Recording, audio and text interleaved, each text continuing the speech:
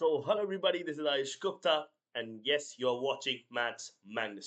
तो बहुत बहुत स्वागत है आप सभी का एक बार और हमारे चैनल आपके चैनल मैथ्स मैग्नस में। और जी हाँ, मैं ही हूँ आपका मैथ्स मैग्नस। तो चलिए जल्दी से कुछ बातें मैं बता दूं अपने बारे में। जो लोग नए हैं इस चैनल पर, मैं एक एनआईटी कैलिकट ग्रेजुएट हूँ। जेई मेंस को मैंने 97.95 परसेंटाइल से क्रैक किया था एंड इवन कैट 2023 के डीएलआर सेक्शन में मैंने 99.71 परसेंटाइल स्कोर किया था, राइट। एंड टीचिंग एक्सपीरियंस अब ऑलमोस्ट मेरा 3 साल का हो गया है, राइट। तो मतलब वैसे तो मैं इस फील्ड में कैट की कहूँ या जेई की कहूँ काफ़ी सालों से हूँ, बट हाँ, टीचिंग प्रोफेशनली मैं कहूँगा 2+ इयर्स जो है मेरे को हो गया है। 3 साल ले लीजिए इसको, ठीक है। चलिए जल्दी से, ये चैनल किस बारे में है सब पता है आपको। JE, SSC, NDA, CAT, RBI, banking, सब सब सब। और जो भी इन एग्जाम से रिलेटेड चीज़ें आपको, मैथ्स, रीजनिंग, ऐसी चीज़ें मिलेगी। डिसीजन मेकिंग जैसे आज हम करने वाले हैं, वो भी एक तरह का रीजनिंग है। मैं आपको बताऊंगा कैसे आप इस टफ सेक्शन को क्रैक कर सकते हो। तो फटाफट टेलीग्राम पे आ जाना यार, ज्यादा कुछ मैं ये सब बोलता नहीं हूँ, लेकिन फैमिली बड़ी करनी है। चलिए, तो फर्स्ट ऑफ ऑल अगर आप यही देखोगे तो आप कहोगे भाई साहब ये क्या हो रहा है, ये क्या हो रहा है, कितना बड़ा सेट दे दिया ना। ऑनेस्टली बहुत बड़ा सेट है ये वाला, ठीक है। अब अगर आप इसको ध्यान से देखोगे इस सेट को, ठीक है, बहुत ध्यान से देखो इस सेट को। पहली बात, डिसीजन मेकिंग को बोला जाता है थोड़ा सा डिफिकल्ट, ठीक है, जो कि मैं मानता हूँ, जो कि है। ऐसा नहीं है कि बहुत इजी है, इट्स काइंड ऑफ थोड़ा सा डिफिकल्ट। थोड़ा सा चीजें हैं जो समझ में नहीं आती है, लॉजिक समझ में नहीं आता है। तो आइए आज की वीडियो के बाद मैं कोशिश करूंगा कि आपको एक सेट तो मैं ये 2024 का लेकर आया हूँ, फिर एक और वीडियो लेकर आऊंगा जहां पर मैं आपको एक और सेट क्रैक करके दिखाऊंगा। तो चलिए एक बार साथ में रीड करते हैं यार, क्या बोल रहा है। बोल रहा है कि read the following scenario and answer the 3 questions. Okay, there are 3 questions, no problem. Raman had been working tirelessly as a project manager in the IT department of Flying Groceries, a renowned app-based supply chain company, for the past 3 years. बहुत अच्छे। Having graduated from a top-tier engineering college, he dived straight into the corporate world, managing projects with great zeal that inspired his seniors. तो normal बातें हैं कि भाई बंदा है वो अपना टॉप टियर इंजीनियरिंग कॉलेज से पास आउट होते ही कॉर्पोरेट में घुसा है, और बढ़िया उसके सीनियर उसको पसंद करते हैं, चलो बढ़िया। एट दी एंड, पहली बात, डीएम में बहुत ज्यादा लॉजिक मत ढूंढना, बहुत ज्यादा पढ़ना मत, ऐसे समझना मत। बस समझ लो कि हाँ ठीक है ये हुआ, ठीक है। At the end of his first year with flying groceries, impressed with his work, Raman's का boss Suraj, the founder CEO of Flying Groceries, fast tracked his promotion and made him the delivery manager. ठीक है, no problem. Responsible for multiple projects of a vertical, Suraj also promised Raman the position of Chief Operation Officer. बहुत बढ़िया। In the 5th year of his tenure, तो 5 साल पूरे करेगा company में, तो बोला कि भाई तू COO बन जाना, ठीक है। In search of great career trajectory, Raman pursued entrance exams. अब भाई ने बोला कि यार तू दे दे मेरे को सीओ 5 साल बाद, मैं अभी है ना एमबीए कर लेता हूँ, ठीक है, एंड बिजनेस स्कूल ले लेता हूँ, और फिर उसके बाद जो है अपना वही परस्यू करूंगा, ठीक है भाई, कोई दिक्कत नहीं है। His efforts bore fruits as he secured a place in the country's best business school. भाई साहब IIM अहमदाबाद में हो गया लग रहा है, ठीक है। Known for a strong alumni base, stellar placement records and demanding academic requirement. बहुत अच्छे। तो भाई ने कहा कि नहीं यार, उतना 5 साल कौन वेट करेगा, फटाफट कर लेते हैं एमबीए, सीधा सीओ ही ज्वाइन करेंगे, भाई को ऐसा लग गया होगा। Raman was delighted, he had 3 months to join the business school. अब भाई के पास 3 महीने थे, तो भाई ने कहा कि भाई Flying Groceries demanded that any employee who wish to leave the organisation should give a month का notice.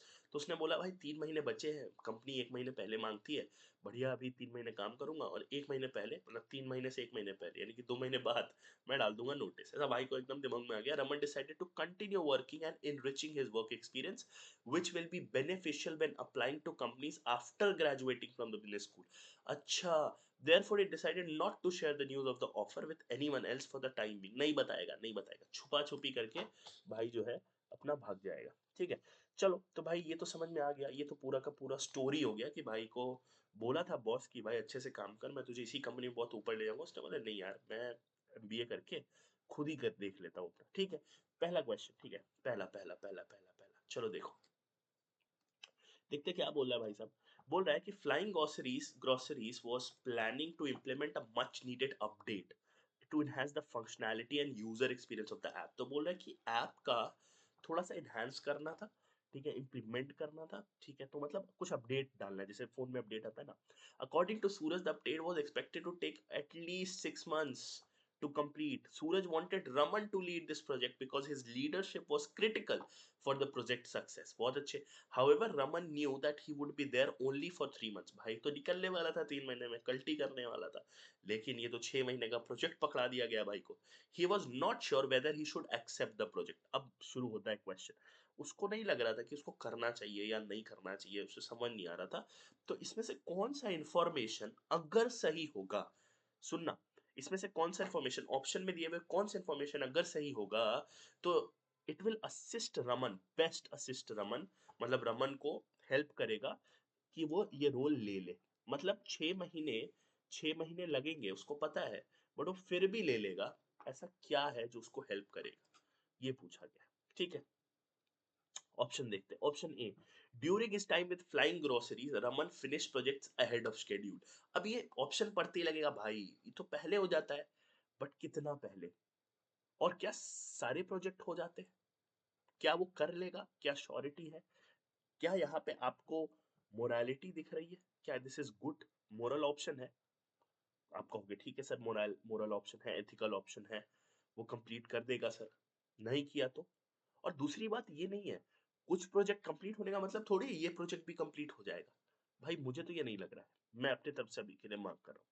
Raman could requisition more human resources to his team for his next 3 months. अब आप कहोगे अरे सर ज्यादा लोग तो जल्दी काम, ऐसा कहीं लिखा है क्या कि ज्यादा लोग से काम जल्दी हो जाने लायक है और इन लोग के पास लोग कम है इसके कारण 6 महीना लग रहा है, ऐसा तो कुछ नहीं बोला है. तो ये तो मेरे को बेकार ऑप्शन लग रहा है. सूरज might advised against the update if he got to know that Raman was leaving soon. भाई मतलब अगर वो बता देगा रमन कि भाई मैं जा रहा हूँ सर, तो वो उसको अपडेट के अगेंस्ट कोई एडवाइस कर देगा. ये कोई लॉजिक नहीं. इससे रमन एक्सेप्ट क्यों करेगा ऑर्डर, वो प्रोजेक्ट को, रोल को, कोई सेंस नहीं बन रहा. मेरे को तो ये बेकार लग रहा है. The last two projects Raman led were successfully completed by subordinates during his exams. अब देखो यार ये वाला ऑप्शन भी एकदम परफेक्ट नहीं है. जब वो एग्जाम की तैयारी कर रहा था तो उतना ध्यान नहीं दे पा रहा था. ठीक है, ये कहने का मतलब हुआ कि he was not too much present. लेकिन फिर भी उसके उसके जो सबॉर्डिनेट्स है, ठीक है, उन्होंने कंप्लीट कर दिया, सक्सेसफुली कंप्लीट. तो आप एक चीज समझो कि इन केस रमन 3 महीने में इस चीज को कंप्लीट नहीं कर पाता है, ठीक है, और रमन चला जाता है, ठीक है, तो भी तो उसके जो बचा हुआ काम होगा बाकी सबऑर्डिनेट्स कर ही देंगे. समझ रहे हो, 3 महीने बाद रमन चला जाता है तब भी 3 महीने जो बचे हैं उसमें ये लोग कंप्लीट कर देंगे. मतलब कॉम्पिटेंसी तो है ना, सबऑर्डिनेट्स अच्छे तो है ना. सबऑर्डिनेट का मतलब क्या, चेले, मतलब उसके नीचे काम करने वाले, वो अच्छे लोग हैं, वो कर देंगे. मतलब अगर रमन को निकाल दिया, रमन ने छोड़ दिया, रमन 1 महीने बाद भाग गया, रमन 3 महीने बाद भाग गया, तो भी तो काम कर देंगे. मेरे को ये ऑप्शन लग रहा है. Raman had previously taken many projects home and the business school would have no classes. भाई ये तो कोई मतलब नहीं है.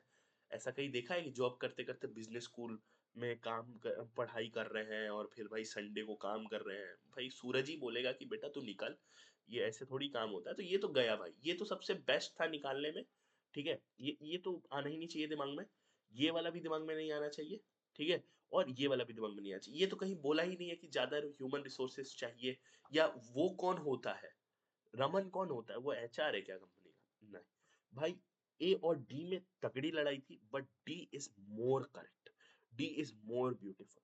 ठीक है, क्लियर है. ये पहला क्वेश्चन कैसे क्रैक किया हमने, अगर नहीं समझ में आया वापस चलाओ यार, वीडियो को वापस चलाओ. चलो नेक्स्ट क्वेश्चन.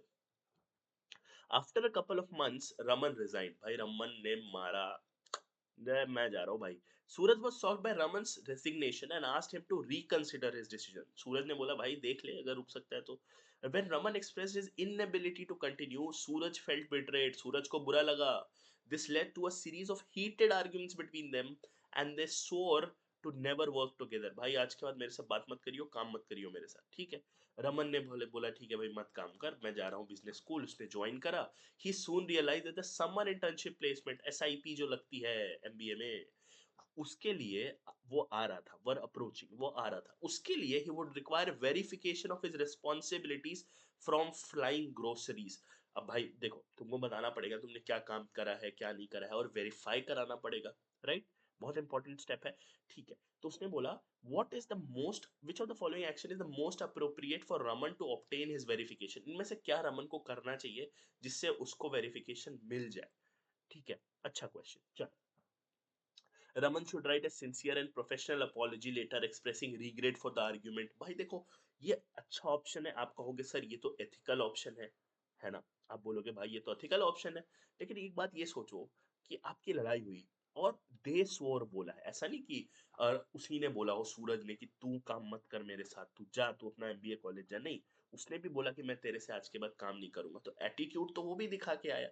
और अगर वो अपने काम के लिए अपॉलजी देगा, ठीक है, अपने काम के लिए, वो ऐसे खुद से नहीं गया सॉरी बोलने। वो चाहता तो एक हफ्ते बाद जाके सॉरी बोल देता, लेकिन उसको काम आया तब वो जाके उसको सॉरी बोल रहा है।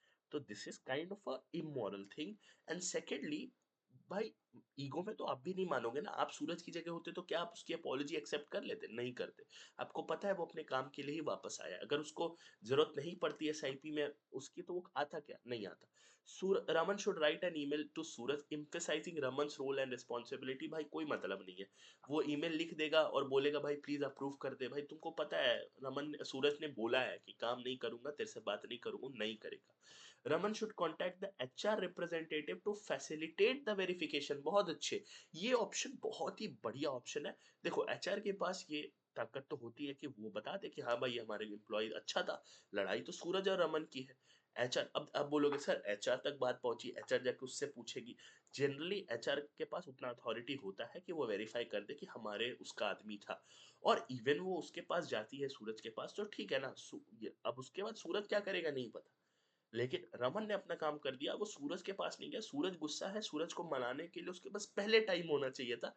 ऐसा नहीं कि अपने काम के लिए चला गया। मुझे बढ़िया ऑप्शन लग रहा है। चल, Raman should reach out to a mutual acquaintance within the company and ask her to intervene। अब देखो यहाँ पे वर्ड हर ही यूज कर दिया है डायरेक्ट, ठीक है। acquaintance का मतलब होता है कि भाई किसी जान पहचान से, है ना, बात करे एंड बोले कि भाई थोड़ा तुम ही बोल दो ना यार, जाओ ना उसको बोलो ना कि मेरा साइन कर दे। उससे क्या होगा? आप बताओ, आप और एक अपने दोस्त, आप काम करते हो कंपनी में, आप अपने बॉस, अपने दोस्त को बोले जाना बॉस से बात कर, बॉस से बात कर, मेरे लिए बात कर। क्यों करेगा वो? कौन है वो? आपका दोस्त क्या ही लगता है? ऐसा क्या ही बड़ा पोजीशन पे है? हटाओ। Raman should re-establish communication with Suraj through social media platform like Facebook। तो मतलब ये भी कई लोगों को लगेगा कि हाँ यार, ऑफिशियल मीन से नहीं गया, पहले दोस्ती बढ़ाया and pursued him there. Unofficial, भाई ये तो कोई मतलब ही नहीं है। अपने ऑफिशियल काम के लिए अनऑफिशियल ये सब पहले करना था तुमको। अगर दोस्ती चाहिए थी तो तुमको पहले करना था ना यार ये सब। तुमको देखो, अब तुम्हारा एसआईपी आया तो तुम चले गए, है ना। और पहली बात तो मानेगा ही नहीं कोई, एक अच्छा इगोइस्टिक आदमी जो कंपनी का सीईओ है, वो क्यों मानेगा? राइट। चलिए थर्ड क्वेश्चन पे यार, इजी था, मुझे तो इजी लगा ये वाला क्वेश्चन। चलिए थर्ड एंड द लास्ट। तो भाई Raman received a verification letter from Flying Groceries outlining his basic job responsibilities during his tenure there. अच्छा ठीक है, मतलब उसको, अब भाई उसको एक वेरिफिकेशन लेटर चाहिए था, बेसिक जॉब रिस्पॉन्सिबिलिटी, ठीक है। However Raman required a document to substantiate the additional responsibilities he undertook at the Flying Groceries by going beyond his call of duty. तो बियॉन्ड कॉल ऑफ ड्यूटी का मतलब क्या होता है? जो उसको नहीं करना, मतलब जो उसका काम नहीं था उससे भी ऊपर जाके उसने कई काम किए हैं। Sadly he did not have any documentation of such additional responsibilities. इसका डॉक्यूमेंटेशन उसके पास नहीं था। तो अब देखो, अब उसने काम किया। अब जैसे क्या होता है, मान लो आप 9 to 5 वाले जॉब में हो, 5 बजे आपको निकलना है, लेकिन आपने कई दिन, है ना, अपने दोस्त की हेल्प कर दी होगी, अपने कोई फाइल कंप्लीट कर दिया होगा बॉस से लेकर कि लाओ बॉस मैं आज मन कर रहा है मेरा, मैं काम कर देता हूँ भाई। तो वो वाली चीजें हैं, ठीक है। Which of the following option will best help substantiate the additional responsibilities Raman undertook। इसमें से क्या है जो substantiate कर पाएगा, जो उसके बदले खड़ा हो पाएगा? चलो देखते हैं। रमन शुड क्रिएट डॉक्यूमेंटेशन, अच्छा लग रहा है। डिटेलिंग क्वांटिफाइबल मेट्रिक्स, बढ़िया है। And results about his extra work, सही है। बेस्ड ऑन हिज मेमोरी, अरे भाई ऐसे थोड़ी चलता है। ऐसे तो मैं बोल दूं कि भाई सर वो उस दिन, है ना, रात को 6 बजे रुका था, 7 बजे घर चला गया था, 8 बजे फिर आ गया था ऑफिस, तो ऐसे करके मैंने कहा उस।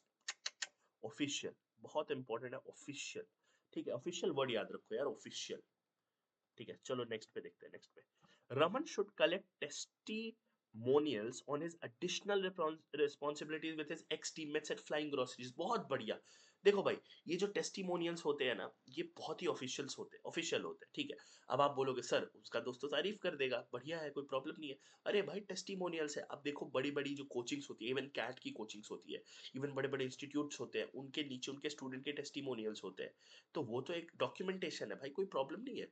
अब देखो, आपको पता है वो सारे फेक होते हैं, बहुत सारे फेक होते हैं, वो जबरदस्ती लिखवाते हैं, अच्छा लिखवाते हैं, बुरे छुपा देते हैं, उससे आपको मतलब नहीं है। देखो आप भी जो लेटर ऑफ रिकमेंडेशन लिखवाओगे, टेस्टिमोनियल्स लिखवाओगे, सब अच्छा ही लिखेंगे आपके बारे में।